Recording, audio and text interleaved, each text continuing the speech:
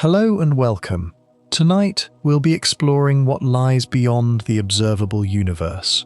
When you look into the night sky, you might imagine that you are seeing the universe itself, spread out before you like an enormous ocean of stars. But there is something quietly surprising about that view. The part of the universe you can see is not necessarily the whole of the universe. It is only the region from which light, or some other information, has had enough time to reach you. And beyond that enormous horizon, there may be more galaxies, more stars, more worlds, and perhaps things that no human telescope will ever be able to see. So, find a comfortable place to rest, and let's gently begin our journey into one of the most fascinating questions in science. Imagine that you are standing outside on a very clear night. The world around you is quiet. Perhaps there is a soft breeze moving through the trees, or perhaps the room is dark and still, with only a little light coming through the window. Above you, the sky seems almost impossibly large. You can see the moon. Perhaps you can see a few bright planets, and beyond them, if the sky is dark enough, thousands of stars seem to stretch away into the distance. With a telescope, the picture becomes much larger. You can see distant galaxies, enormous collections of stars, separated from us by distances so great that the numbers begin to lose their familiar meaning. And yet, there is something very important to remember. Even the most powerful telescope does not show us the entire universe. It shows us the observable universe. That small change in wording carries a remarkably large idea. The observable universe is not necessarily everything that exists. It is simply the portion of reality from which information has had enough time to reach us. The reason for this is beautifully simple. Light has a finite speed. It does not arrive everywhere instantly. If someone were standing far away on a quiet hillside and turned on a small lamp, you would not see that lamp at exactly the same moment it was switched on. The light would need time to travel from the lamp to your eyes. The farther away the lamp was, the longer you would wait. The universe works in much the same way, except that the distances are vastly greater, and the messages traveling across them can be millions or billions of years old. When you look at a distant galaxy, you are not necessarily seeing that galaxy as it exists today. You are seeing light that left it long ago. Perhaps that light began its journey before humans existed. Perhaps before our species had learned to make tools. Perhaps before the Earth looked anything like the familiar blue world beneath your feet today. In that sense, every distant galaxy is also a kind of time machine. The farther away you look, the deeper into cosmic history you see. And this gives us our first important clue about the observable universe. The universe has an age. It is approximately 13.8 billion years old. Light has been traveling through that history, carrying information from one region of space toward another.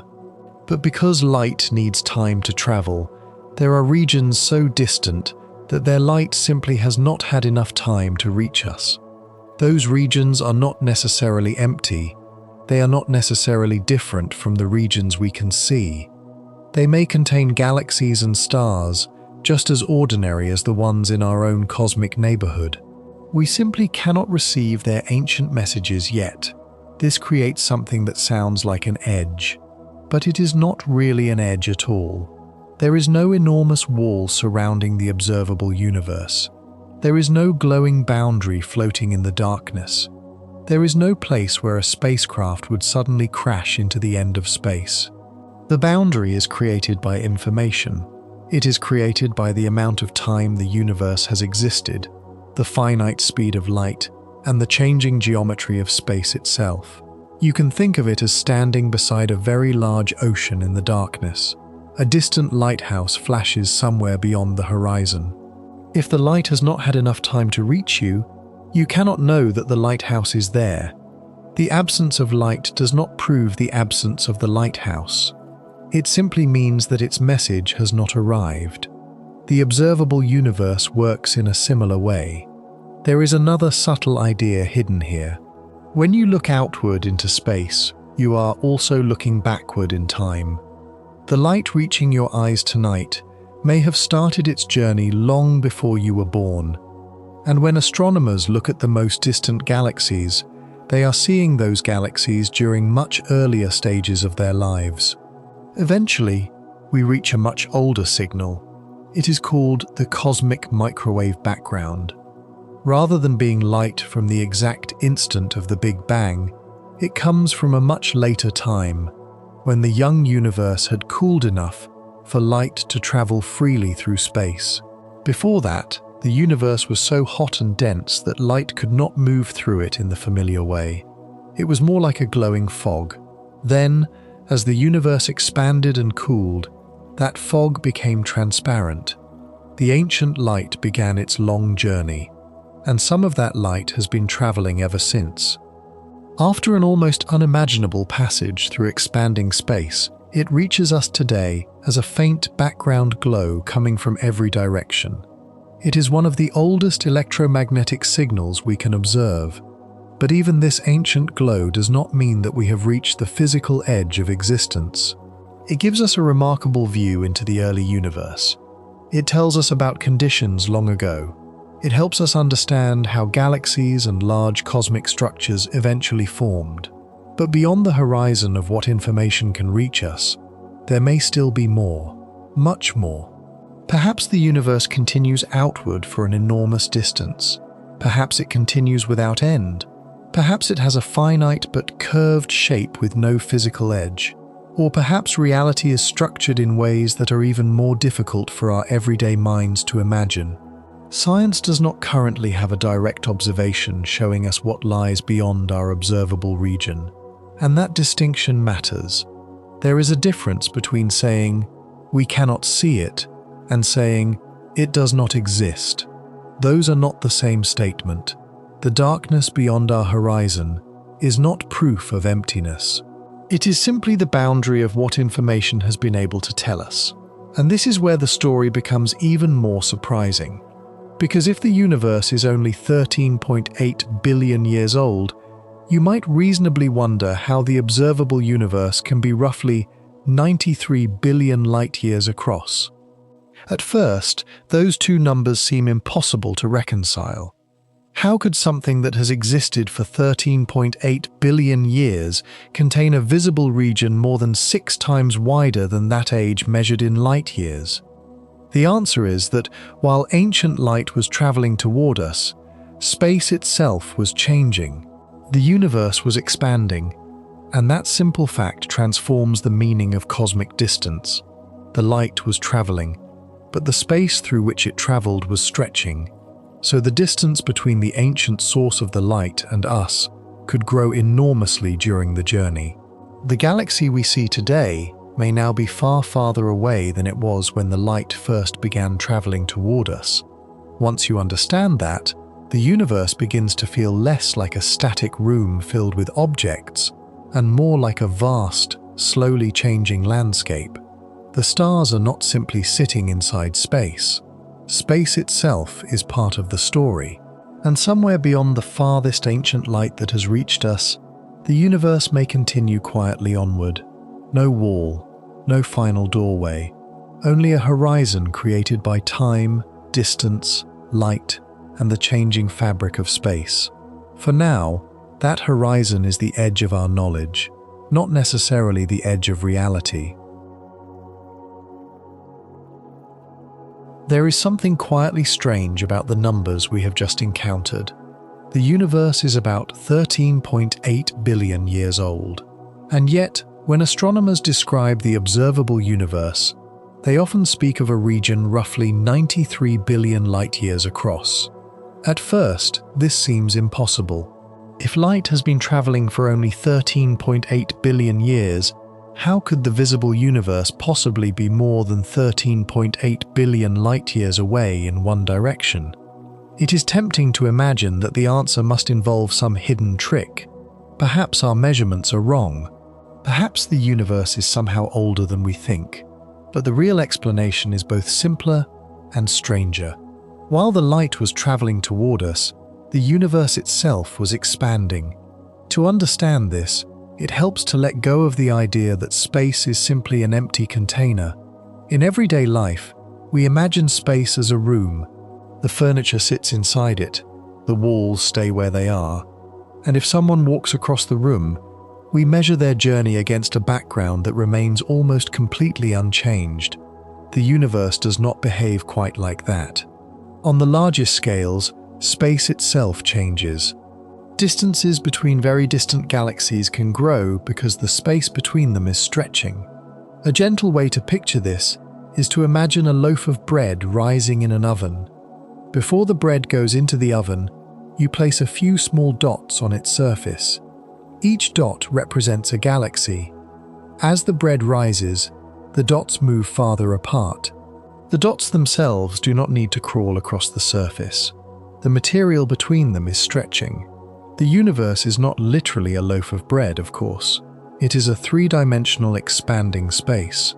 But the image helps us imagine something our everyday experience rarely prepares us for. The space between distant galaxies can grow. Now imagine that one of those distant dots sends out a flash of light. The light begins traveling toward another dot. At the moment the light begins its journey, the two galaxies may be much closer together than they are today. But while the light is traveling, the space between them continues to expand. The light keeps moving, the universe keeps expanding, and the final distance between the source and the observer can become vastly larger than the distance the light originally had to cross. This is the key to understanding the enormous size of the observable universe. When we say that light from a distant galaxy has been traveling for billions of years, we are describing the age of that light's journey. We are not necessarily describing the galaxy's present-day distance from us. Those are two different things. It is a little like watching an old photograph of a person who once lived across the street. The photograph tells you where that person was when the picture was taken. It does not tell you where the person would be standing today. In cosmology, the difference is much more dramatic. The galaxy may have been much closer when the light we see today began its journey. During the enormous span of time that followed, the universe expanded. The galaxy's present-day distance could therefore become many times larger. This is why the observable universe can have a diameter of roughly 93 billion light-years, even though the universe itself is only about 13.8 billion years old. The number sounds extraordinary because our ordinary idea of distance is too simple for an expanding universe. There is another consequence of this expansion that can feel even stranger. At enormous distances, the space between us and a galaxy can increase so rapidly that the distance grows faster than light could cross it. This does not mean that the galaxy is locally rushing through space faster than light. It is not a spaceship breaking a cosmic speed limit. Instead, the space between us and the galaxy is expanding. That distinction is important. Imagine two people standing on opposite ends of a long, slowly stretching piece of fabric. Neither person needs to run. But if the fabric stretches quickly enough, the distance between them can increase very rapidly. Their local movements have not suddenly become impossible. The landscape itself is changing. This is one reason cosmology can sound strange when translated directly into everyday language. We are used to thinking of motion as something objects do, but on the largest scales, the geometry of space becomes part of the motion we observe. Astronomers sometimes use a concept called the Hubble sphere to help describe this changing relationship between distance and cosmic expansion. You do not need to remember the name. The important idea is simply that there is a vast range of distances where the expansion of space becomes impossible to ignore. And this brings us back to the horizon we encountered earlier. The observable universe is not a perfect sphere because there is a physical shell surrounding us. It is better imagined as a region defined by the paths that information has been able to travel through an expanding universe. Some light has had enough time to reach us. Some light has not, and some signals sent from sufficiently distant regions may never reach us at all. This last possibility is particularly profound. Imagine a galaxy so distant that its light is reaching us today from a very ancient period in its history. We can see that ancient light. We can study it. We can learn something about what that galaxy looked like billions of years ago. But if we launched a spacecraft toward that galaxy today, the spacecraft would face a very different universe. The space between us would continue expanding while the spacecraft traveled. The galaxy would not simply wait patiently at the destination. The cosmic landscape itself would keep changing. So something can be visible without necessarily being reachable. We can receive an ancient message without being able to send a new message back. And that distinction will become increasingly important as we think about distant civilizations and the future of the universe. For now, though, there is a quieter realization to hold on to. The number 93 billion light-years does not mean that the universe has a giant visible border at that distance. It describes the enormous present-day scale of the region whose ancient light can reach us. Beyond that region, there is no reason to imagine an abrupt transition into nothingness. The universe may continue. The stars may continue. The galaxies may continue. Space itself may continue. And if it does, then the edge of our observable universe is not an edge in the usual sense. It is more like the edge of a conversation. The universe may have much more to say. We simply have not yet received every message.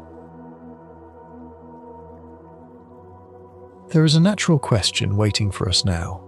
If the observable universe has a horizon, and that horizon is not a wall, then what happens beyond it? It is easy to imagine a boundary in the way we imagine the edge of a map.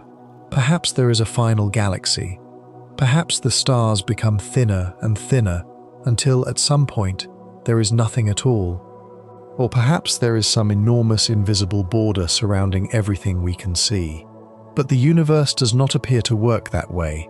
The observable horizon is not known to be a physical edge. It is better understood as the limit of information that has been able to reach us. Imagine standing on a quiet beach just before sunrise. Far out across the water, there is a small boat. You can see it only because light from the boat has traveled across the sea and reached your eyes. Now imagine that a thick mist settles over the water. The boat does not disappear from existence. You simply lose the ability to see it. The observable universe is more complicated than a misty ocean, of course. But the basic idea is useful. There can be a difference between what exists and what can send information to you. Beyond our cosmic horizon, there may be regions of space that are perfectly ordinary. There could be galaxies there. There could be stars. There could be planets circling those stars. There could be enormous clouds of gas and dust, black holes, clusters of galaxies, and all the other structures we already know exist within the region we can observe. The fact that their light has not reached us does not make those regions empty. It simply means their messages have not arrived. And this is where the word horizon becomes useful. On Earth, a horizon is not a wall. If you stand beside the ocean and look toward the distance, the horizon appears to mark the end of what you can see. But if you travel toward it, you do not eventually fall over an edge. The horizon moves with you. A cosmic horizon is different in detail, but similar in spirit. It marks a limit to observation rather than a physical border. Cosmologists use a term called the particle horizon for one of these limits. The name may sound complicated, but the idea is gentle. It refers to the farthest region from which information could have had enough time to reach us since the universe began its long history. It is a boundary created by time and the journey of light through an expanding universe. But there is another horizon that tells a different story. It is called the cosmic event horizon. This one asks a very different question. Not what has reached us already, but rather what could ever reach us in the future. That difference is important. Some regions may be visible because ancient light from them has already arrived. And yet, because the universe continues to expand, Signals sent from those regions today may never reach us. It is possible for a distant galaxy to be part of our observable universe and still lie beyond the range of communication that will remain possible forever. This sounds strange, only because we tend to imagine space as a fixed stage. But the stage is changing. The distance between enormous regions of the universe can continue growing, and once the expansion carries a region beyond the appropriate cosmic horizon, no improvement in our telescope can simply bring it back. This gives us another important distinction. There are technological limits, and there are fundamental limits. A technological limit is something we might overcome. A telescope may be too small. A detector may be too insensitive. A spacecraft may be too slow. Humanity may eventually build better instruments. But a fundamental limit is different. If information has no physical path to reach us, then building a larger telescope does not create that path. It would be like building a more sensitive ear and asking it to hear a sound that has never reached your location. The problem is not the quality of the ear, the message simply is not there. This is why the future of the universe becomes so interesting. Today, the night sky contains an astonishing variety of distant objects. We can see galaxies billions of light years away. We can study the ancient light they released long ago. We can observe the large-scale structure of the cosmos and reconstruct something of its history. But the universe is expanding, and on the largest scales that expansion is changing what can remain visible and what can remain connected. Over enormous stretches of future time, some distant galaxies may gradually disappear from the accessible sky of a civilization like ours. They would not suddenly explode, they would not necessarily cease to exist, they would simply become so distant and their light would become so constrained by cosmic expansion that their signals could no longer reach the observer. A civilization living in that distant future might look into the night sky and see a much quieter universe. Fewer galaxies, less evidence of the vast cosmic web that we see today. The universe itself would still be immense, but the universe available to observation would appear smaller. That is one of the strangest ideas in modern cosmology. The visible universe can change even when the universe itself does not suddenly become smaller. Our cosmic view is not a permanent photograph. It is more like a window that changes with time. And there is another thought hiding behind all of this. Suppose for a moment that you could travel toward the edge of the observable universe. As you moved, your own horizon would move with you. You would not arrive at a glowing boundary and discover a sign saying that space ends here. Instead, the region you could observe would change around your new location. The horizon belongs partly to the relationship between you, the universe, and the history of information. It is not a fence placed somewhere in the darkness. This means that no observer has a special cosmic position at the center of everything. Every observer has their own observable region. Every civilization sees the universe from somewhere, and every observer is surrounded by a horizon beyond which information has not or may not ever arrive. So when we ask what lies beyond our observable universe, the safest answer is not that there is nothing there. The safest answer is that we do not know. There may be more of the same universe extending far beyond our view. There may be structures on scales we cannot yet imagine. The universe may continue for an enormous distance. It may even continue without end. For now, the horizon is simply where our information runs out. And perhaps that is one of the most beautiful things about it. The darkness beyond the horizon is not necessarily a darkness filled with nothing. It is a darkness filled with questions. And sometimes, in science, the most honest answer to a very large question is simply to leave a little room for the unknown. There is something almost comforting about an edge. If you reach the end of a road, you know where the road ends. If you reach the shore, you know where the land gives way to the sea. Our minds are very good at imagining things that have boundaries. But the universe may not offer us anything quite so simple. If there is no physical wall beyond the observable universe, then we are left with a much larger question. How far does space actually continue? Does it continue for an enormous but finite distance? Does it somehow curve back upon itself? Or could it continue forever, without a final destination? At present, science does not have a direct answer. One possibility is that the universe is infinite. The word infinite can sound almost too large to picture. It does not simply mean that something is very big. A very large room still has walls. An infinite universe, if that is what reality turns out to be, would have no final wall at all. You could keep traveling through space indefinitely, and there would always be more space ahead. There would be no final galaxy waiting at the edge, no last star, no cosmic fence, just more distance, and perhaps more galaxies, more stars, and more worlds. This possibility is consistent with some models of cosmology, but there is an important caution. Scientists cannot simply look at the observable universe and declare that the entire universe must be infinite. We can measure the region available to us. We can study its geometry. We can examine how light travels through it. But the whole universe may extend far beyond the region we can observe. It is a little like trying to determine the total size of an ocean while standing on a small island in the middle of it. You can measure the water around you very carefully. You can study the waves. You can map distant islands. But those measurements alone may not tell you whether the ocean continues forever. There is another possibility that is even more difficult to imagine. Perhaps the universe is finite, but it has no edge. To understand this, think about the surface of Earth. The surface of our planet has a finite area. Yet if you began walking in one direction, you would not eventually reach a place where the ground simply stopped.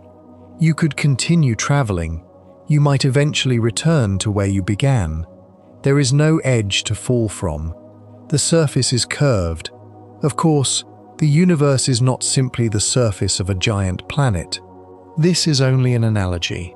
Our universe has 3 dimensions of ordinary space, and its possible global shape is much more difficult to picture. But the analogy helps us understand one important idea. Finite does not necessarily mean bordered. A space can have a limited total size while still having no physical edge. This leads us to one of the quiet mysteries of cosmology. When scientists talk about the shape of the universe, they are not only asking whether it looks curved or flat, they are also interested in how space might be connected on the largest possible scales. Imagine looking across a landscape and seeing a perfectly straight horizon. From where you stand, everything appears flat, but that does not necessarily tell you the entire shape of the world. If you walked far enough across Earth, you would eventually discover that the surface curves. The same general lesson applies to the universe. The region we can observe is enormous, yet it may still represent only a small portion of the whole. Measurements of the universe indicate that space is very close to geometrically flat on the largest scales we can measure. But very close to flat does not automatically answer every question about the universe's total shape. There may be a deeper structure that we cannot yet see. Scientists sometimes use the word topology for this kind of question. The word sounds technical, but the basic idea can be described gently. Geometry asks what space is like locally. Topology asks, in a sense, how the whole space is connected. Could distant regions somehow be connected in ways that are not obvious from nearby observations? Could space have a global pattern that would make the universe finite without giving it an ordinary edge? These are difficult questions, and so far, there is no confirmed observation showing that the universe has some exotic hidden shape. But thinking about these possibilities leads to an even stranger idea. What if the universe is truly infinite? If matter is spread throughout an infinite amount of space, then enormous distances could contain regions that are remarkably similar to regions we already know. Under certain assumptions in cosmology, matter can only be arranged in a finite number of distinguishable ways within a sufficiently defined region. If an infinite universe contains enough such regions, similar arrangements could eventually repeat. This is sometimes used to illustrate a fascinating theoretical possibility. Far beyond any distance we could ever travel, there might be another region containing a galaxy that resembles the Milky Way. Farther still, there might be another planetary system with similarities to our own. And in an especially extreme version of the idea, there could even be a region whose arrangement of matter resembles Earth. Perhaps, under the same assumptions, there could be a configuration resembling you. It is a remarkable thought, but it is also important not to turn a mathematical possibility into an observation. We have not discovered another Earth. We have not detected another Milky Way that is known to be a duplicate of ours. And we certainly have no evidence of another version of a particular human being living somewhere in the distant cosmos. These ideas arise from what certain assumptions about an infinite universe could imply. They are not discoveries made by a telescope, and that distinction is one of the quiet disciplines of science. Sometimes mathematics allows a possibility long before observation can tell us whether nature actually uses it. So, for now, we are left with several possibilities. Space might continue indefinitely. It might be finite but without an edge. Its large-scale structure might have connections that are difficult for our everyday intuition to imagine. Or the universe might have some other geometry that we have not yet understood. And notice what all of these possibilities have in common. None of them requires a wall at the edge of the observable universe. The horizon we see is still a horizon of information. Beyond it, space may continue, perhaps endlessly, perhaps in a vast curved shape, perhaps in ways that our minds, trained by life on one small planet, are simply not equipped to picture naturally. And if every observer is surrounded by such a horizon, then the universe begins to look different depending on where you stand. Somewhere unimaginably far away, another observer may be looking into the night. Their horizon would not be centered on Earth. It would be centered on them. Their sky could contain galaxies we will never see, and ours could contain galaxies they will never know exist. For every observer, there is a universe of visible things. And beyond that visible universe, there is another quiet region where the answers have not yet arrived. There is a quiet idea hidden inside everything we have explored so far. If the observable universe is defined by the information that can reach you, then the universe you can observe depends, at least in part, on where you are. From Earth, the observable universe appears to surround us in every direction. It can feel as though we are standing at the center of an enormous sphere filled with galaxies. But there is something important to remember. We are not at the center of the entire universe. We are simply at the center of our own observable region, and every other observer would experience something similar. Imagine, for a moment, that somewhere unimaginably far away, there is another civilization. Perhaps it exists around a star in a galaxy that we can see only as a tiny, ancient point of light.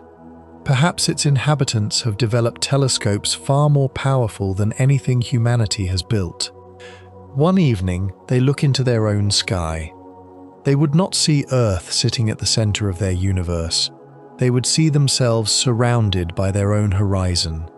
Their observable universe would be centered on their location. Some of the galaxies they see would overlap with the galaxies we can observe, but many would be different. There could be regions of space whose ancient light has reached them but will never reach us, and there could be galaxies whose light reaches us but never reaches them. This may sound strange at first, but it follows naturally from the way information moves through space. Imagine two people standing far apart in a huge forest. Each person has a lantern. The light from nearby trees reaches both of them, but beyond a certain distance, each person's view becomes different. One person may see a clearing that the other cannot see.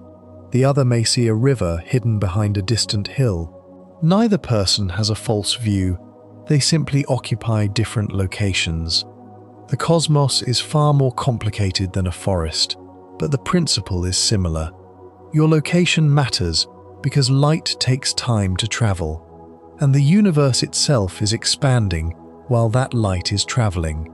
This means that every observer has a kind of cosmic window. Through that window, they receive information from a particular portion of space and time. The window is enormous, but it is not everything. There is another subtle feature of this picture. When we look into the distance, we are not seeing one single moment across the universe. The sky is filled with different moments in cosmic history. The moon is seen almost as it was a little more than a second ago. The sun is seen as it was roughly 8 minutes earlier. Nearby stars are seen years in the past. Distant galaxies can be seen billions of years in the past. So when you look across the sky, you are looking through a kind of layered history. Different points of light are showing you different chapters of the universe's past, and a distant observer would have their own collection of these ancient moments. Their sky would also be a mixture of different cosmic ages, but the mixture would not be identical to ours. Their position would determine which ancient messages had time to reach them. This is why the phrase, "the observable universe," should always be understood from the perspective of an observer. It does not mean that there is one enormous transparent sphere floating somewhere in space, with a universal boundary that every observer agrees upon. Instead, each observer has access to a region defined by their own position and the history of information reaching them. In a sense, the universe gives every observer their own window, and no window reveals the entire building. This does not mean that reality itself changes whenever someone moves. The galaxies are not rearranging themselves simply because a new observer has arrived. What changes is the information available to that observer. That distinction is important. Imagine standing in a dark room with several windows. Through one window, you can see a mountain. Through another, you can see the sea. Through a third, you can see a distant city. The landscape outside has not changed because you moved between the windows. Only your view has changed. The observable universe is somewhat like this, although the cosmic windows are created by the structure of space-time and the finite travel time of information. Now, imagine what this means for a civilization separated from us by an enormous distance. They might be looking at their sky right now and seeing galaxies that we have never seen. They might study ancient light from a region of space that lies beyond our own observable horizon. They could build an entire history of astronomy around objects that are completely invisible to us. And they might wonder whether somewhere in their distant cosmos, another civilization is looking back. Perhaps they would never know that Earth exists. Perhaps we would never know that they exist. Not because either civilization failed to look carefully enough. Not because their telescopes were inadequate, but because the universe itself may prevent the information from ever crossing the distance between them. This is one of the most humbling consequences of cosmic expansion. There may be places that exist beyond our ability to communicate with them, even if intelligent life exists there. The universe could contain countless observers, each living inside a different observational bubble. Some bubbles overlap, others barely touch, and some may never exchange a single message. This also changes the way we think about the idea of a cosmic center. From Earth, the observable universe appears centered on us. From another galaxy, the observable universe would appear centered there. From another planet, it would appear centered there. From another civilization, their own sky would surround them in every direction. Every observer can experience the universe as though they are at the center of what they can see, but none of them occupies the center of all existence. There may not even be such a center. Instead, there are countless perspectives, countless horizons, countless histories arriving as ancient light. And perhaps, somewhere in the immense darkness, another observer is lying beneath another night sky, looking upward and wondering what lies beyond their horizon. They may be asking a question remarkably similar to ours. What is out there? How far does it continue? And are we alone? For now, we cannot answer those questions completely, but the fact that another observer could be asking them too gives the universe an almost gentle symmetry. We look outward, they look outward. Each of us sees only a portion of something vastly larger, and between those distant windows, the universe continues to unfold in silence. There is a question that naturally follows from everything we have been considering. If the universe extends so far beyond our own horizon, and if there may be countless stars and planets beyond the regions we can observe, then perhaps, somewhere out there, someone else is looking at the sky too. Perhaps another world has its own night. Perhaps another planet circles another star, while beings on its surface wonder whether they are alone. We do not know if that is happening, but we do know something important. Planets are not rare curiosities. As astronomers have discovered thousands of planets around other stars, the old picture of our solar system as a unique arrangement has gradually changed. Stars can have planets. Some planets are small and rocky. Others are enormous and wrapped in thick atmospheres. Some orbit very close to their stars. Others travel much farther away. And among all these worlds, there may be environments with conditions suitable for chemistry that could support life. But there is an important step between saying that planets exist and saying that civilizations exist. A planet is not a civilization. A potentially habitable environment is not evidence of life. Life itself is not necessarily intelligent, and intelligence does not automatically lead to technology capable of communicating across interstellar space. Each step is another unknown. So far, humanity has no confirmed evidence of an extraterrestrial technological civilization. We have listened, we have searched, we have watched the sky in many different ways, but no signal has yet been confirmed as a message from another technological civilization. And this brings us to a famous question sometimes associated with the physicist Enrico Fermi. If the universe contains so many stars, and if at least some of those stars have planets, and if life and intelligence are possible elsewhere, then why do we not see obvious evidence of other civilizations? Where is everyone? This question became known as the Fermi paradox. It is not a proof that aliens do not exist. It is not evidence that humanity is alone. It is simply a tension between two ideas. The universe appears enormously capable of producing worlds, and yet the sky has remained remarkably quiet. There are many possible explanations. Perhaps intelligent life is extremely rare. Perhaps technological civilizations do not survive for very long. Perhaps civilizations arise but choose not to broadcast their presence. Perhaps we have not been listening in the right way. Or perhaps the distances between civilizations are so immense that communication is much harder than our imagination suggests. Cosmic horizons add another possibility. Two civilizations could exist at the same time and still be unable to communicate. Imagine one civilization living in a galaxy that lies very far from us. Suppose intelligent beings there are, watching their own sky. Their telescopes might reveal ancient light from our region of the universe, but the Earth they see would not be Earth as it is today. They would see our planet as it was when the light left us. Perhaps they would see no human civilization at all. Perhaps they would see an ancient Earth, long before our species appeared.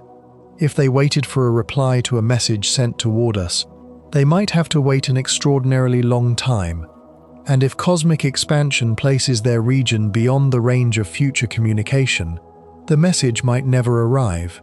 This is where distance becomes more than a matter of inconvenience. On Earth, distance is usually something we can overcome. If you want to speak with someone in another city, you can make a phone call. If you want to visit them, you can board an airplane. Even if the journey takes many hours, there is usually no fundamental barrier preventing the two people from meeting. Between stars, the situation is different. Between galaxies, it becomes more extreme, and across certain cosmic horizons, communication may become impossible in principle. This means that the universe could contain civilizations that never know about one another. One could be flourishing beneath a sky filled with unfamiliar stars. Another could be studying distant galaxies and wondering whether life exists somewhere beyond its own horizon. Both could be asking the same question. Neither would know that the other is asking it. The silence of the universe might therefore mean less than we sometimes imagine. Silence is not necessarily absence. A lighthouse can shine across an ocean without its light reaching every shore. A radio station can broadcast a message that is never received by a particular listener. And a civilization can exist somewhere in the universe without its signals ever becoming part of our cosmic neighborhood. There is also a strange problem involving time. Even if two civilizations are close enough to communicate, they need to exist at compatible moments in cosmic history. A civilization might develop radio technology and disappear millions of years before another civilization develops the ability to listen. Their messages could pass through space at different moments, never meeting the right listener. The universe is not only enormous in space, it is enormous in time. Civilizations could be separated by distance, they could be separated by history, and in some cases, they could be separated by the expanding structure of the universe itself. This makes the search for life both exciting and humble. When scientists search for signs of life elsewhere, they are not simply looking for little green beings waiting somewhere among the stars. They are searching for evidence, atmospheric chemistry, unusual signals, patterns that might be difficult to explain through ordinary natural processes. And even if one day we discover something remarkable, scientists would need to examine it carefully. Extraordinary claims require evidence strong enough to separate a genuine discovery from an unfamiliar natural phenomenon. For now, the question remains open. Perhaps life is common. Perhaps intelligent life is rare. Perhaps technological civilizations are separated from one another by enormous stretches of space and time.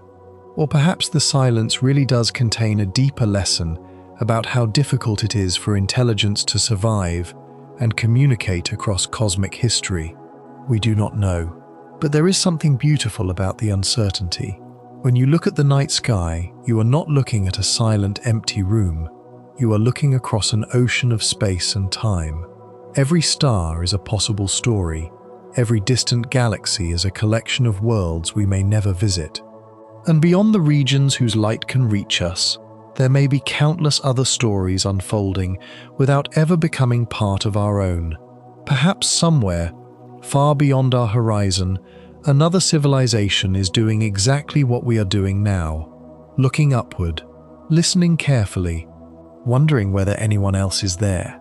And perhaps the most profound part is that both civilizations could exist without ever discovering one another.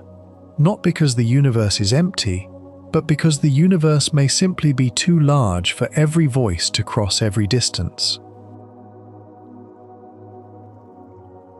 Even when a distant region of the universe is beyond ordinary sight, the cosmos does not become completely silent. Light is only one of the ways the universe carries information. For centuries, astronomy depended mostly on what human eyes could see. Then telescopes opened a wider window. Radio telescopes allowed astronomers to listen to forms of light that our eyes cannot see. Infrared observations revealed objects hidden behind clouds of dust. Other instruments allowed scientists to study energetic events through kinds of light that would never be visible from an ordinary backyard. And more recently, astronomy has gained another remarkable messenger: gravitational waves. These different signals are like different languages spoken by the same universe. One tells us about glowing stars. Another reveals cold clouds of gas. Another can show us the violent behavior of matter around black holes. And gravitational waves can carry information about the movement of massive objects through space-time itself.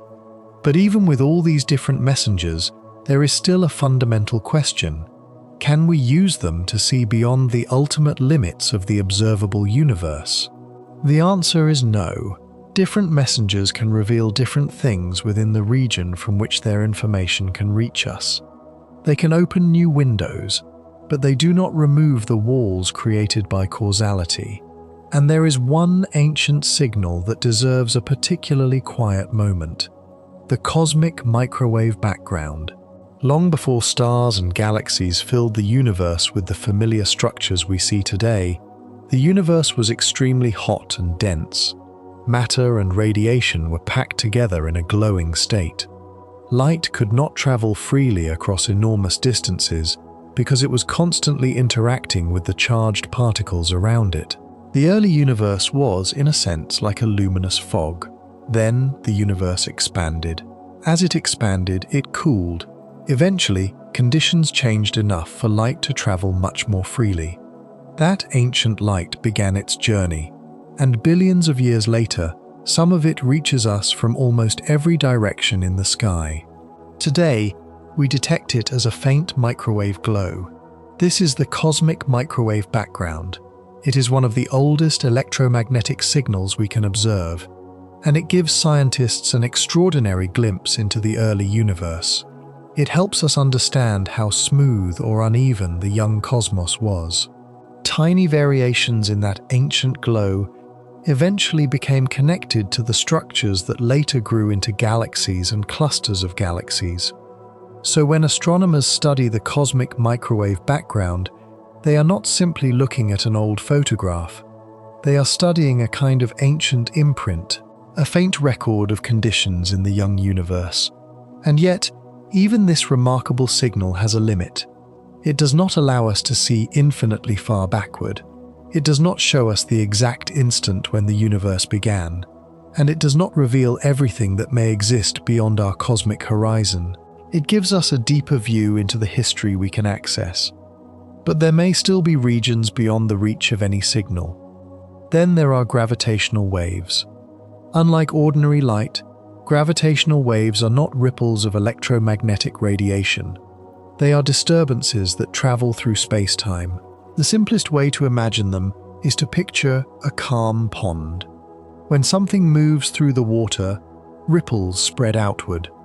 Gravitational waves are not literally waves in water, of course.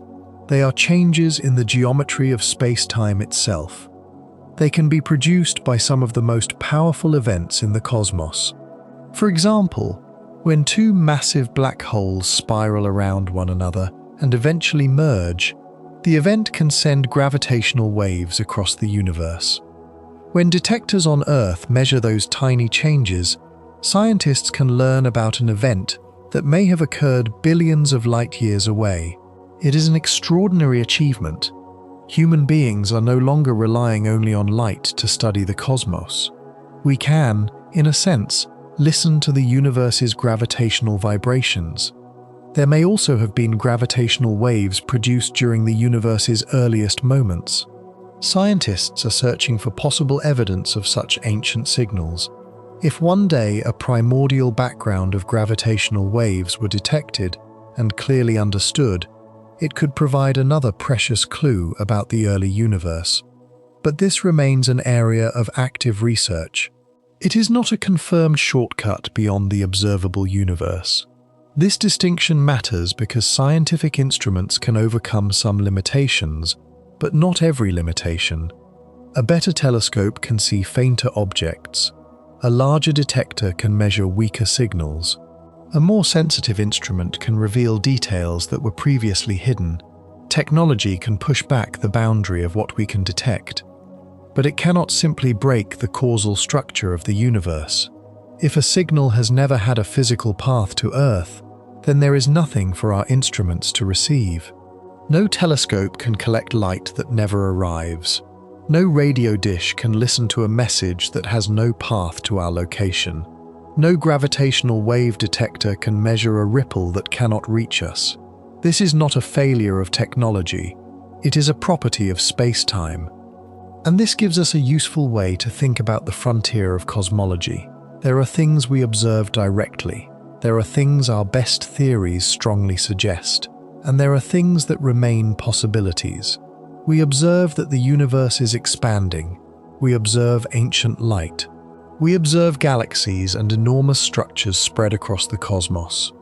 We observe the cosmic microwave background. We observe gravitational waves from certain powerful events. From these observations, scientists construct models that describe how the universe has evolved. Those models strongly suggest that the observable universe is not necessarily the entire universe.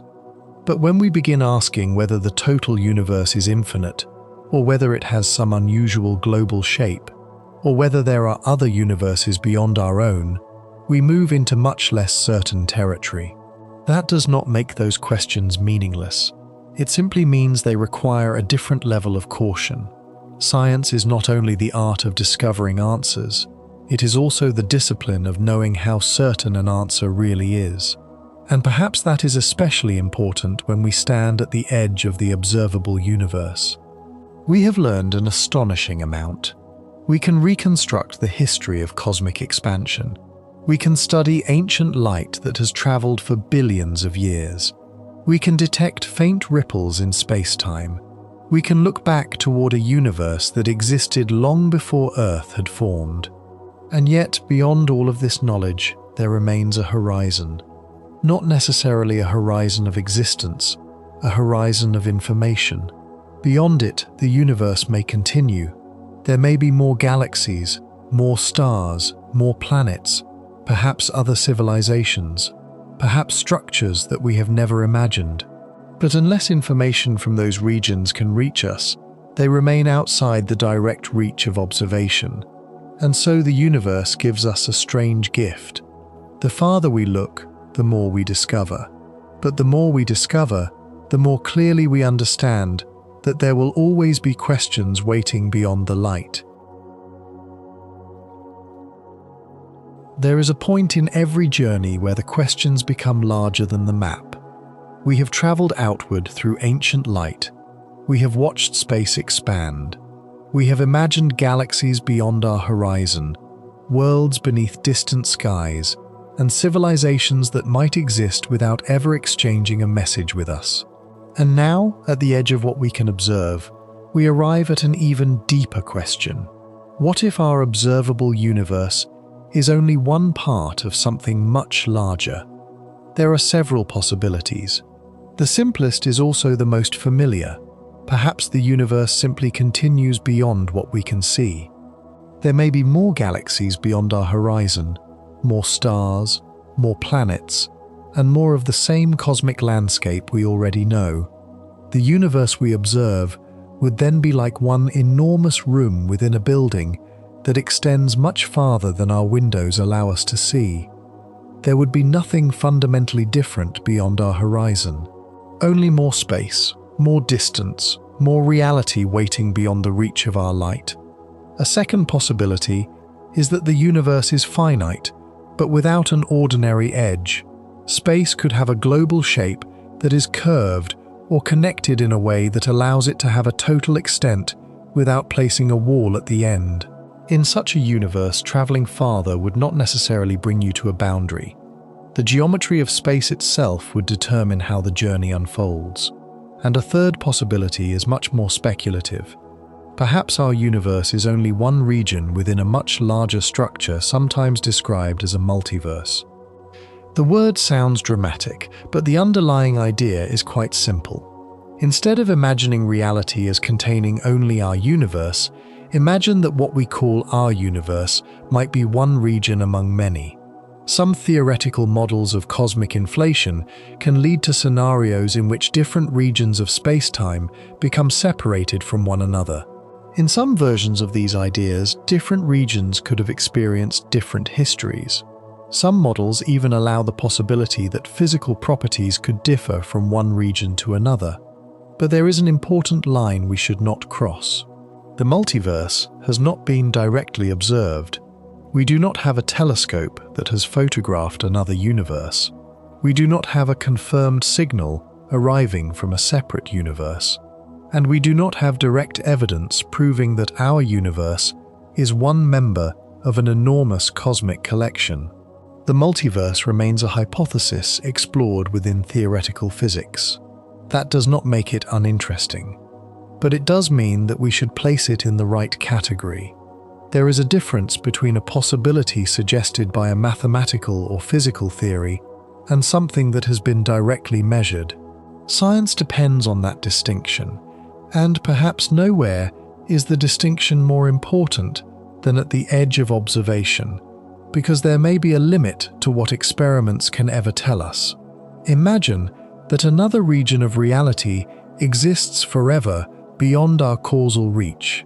If no light, gravitational wave, particle, or other physical information from that region can ever arrive here, then direct observation may be impossible. No future telescope, no matter how enormous, could simply look across that permanent separation. This raises a fascinating question. If something can never be observed, how can we know whether it exists? Sometimes science can find indirect evidence.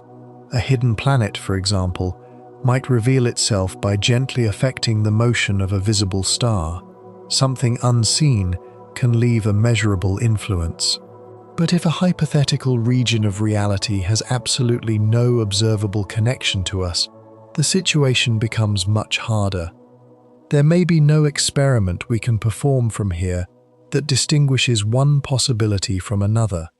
And this is where cosmology touches the philosophy of knowledge. We are accustomed to thinking that if we build a better instrument, eventually we can see farther. Usually, that is a reasonable assumption. But the universe may contain limits that are not technological. They are built into the structure of space-time. A telescope can become more sensitive. A detector can become more precise. A spacecraft can become faster. But none of these inventions can guarantee access to every region of reality. Some places may simply be beyond our causal horizon. And the strange thing is that this horizon is not necessarily fixed in the way an ordinary wall is fixed. The universe is changing. As cosmic expansion continues, the regions from which information can reach us can change as well. Some galaxies that are visible to us today may eventually become unreachable to future observers. Their ancient light is crossing the universe now. But later, the continuing expansion of space may carry them beyond the range from which new information can ever arrive. A civilization living in the distant future could look into the sky and see a much emptier cosmos. The galaxies we see today would not all remain visible forever. This means that humanity may exist during a remarkable period in cosmic history. We live at a time when the sky still reveals an enormous variety of galaxies. We can observe the cosmic microwave background. We can study the history of cosmic expansion. We can detect gravitational waves from distant events. We can reconstruct a story that reaches billions of years into the past. Our cosmic window is extraordinarily rich, but it may not remain that way forever. And perhaps this is the quietest lesson of all. The observable universe is not necessarily the universe itself. It is the part of the universe whose information has reached us. Beyond that horizon, there may be more. We do not know how much more.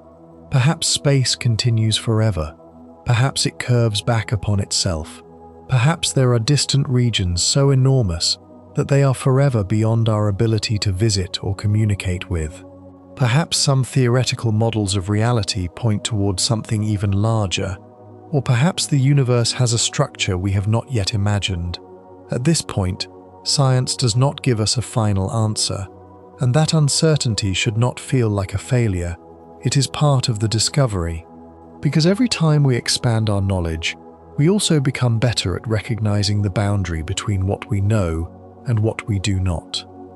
We once imagined the stars as lights attached to a celestial dome. Then we discovered that they were distant suns.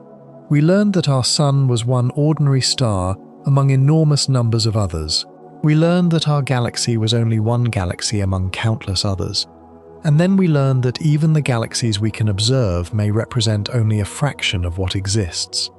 The horizon keeps moving, the map grows, and beyond the map, the unknown remains. Perhaps somewhere beyond our observable universe there is another galaxy.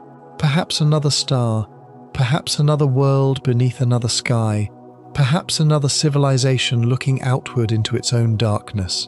And perhaps, from their perspective, we are the ones beyond the horizon. They may never see the Earth, they may never know that our small planet existed, they may never hear a human voice.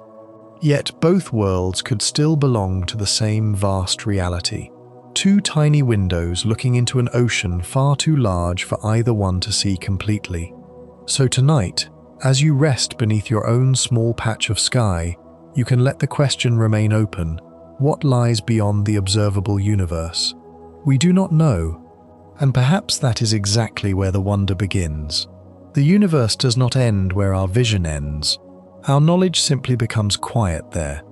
Beyond the last ancient light we can receive, reality may continue in ways we can barely imagine.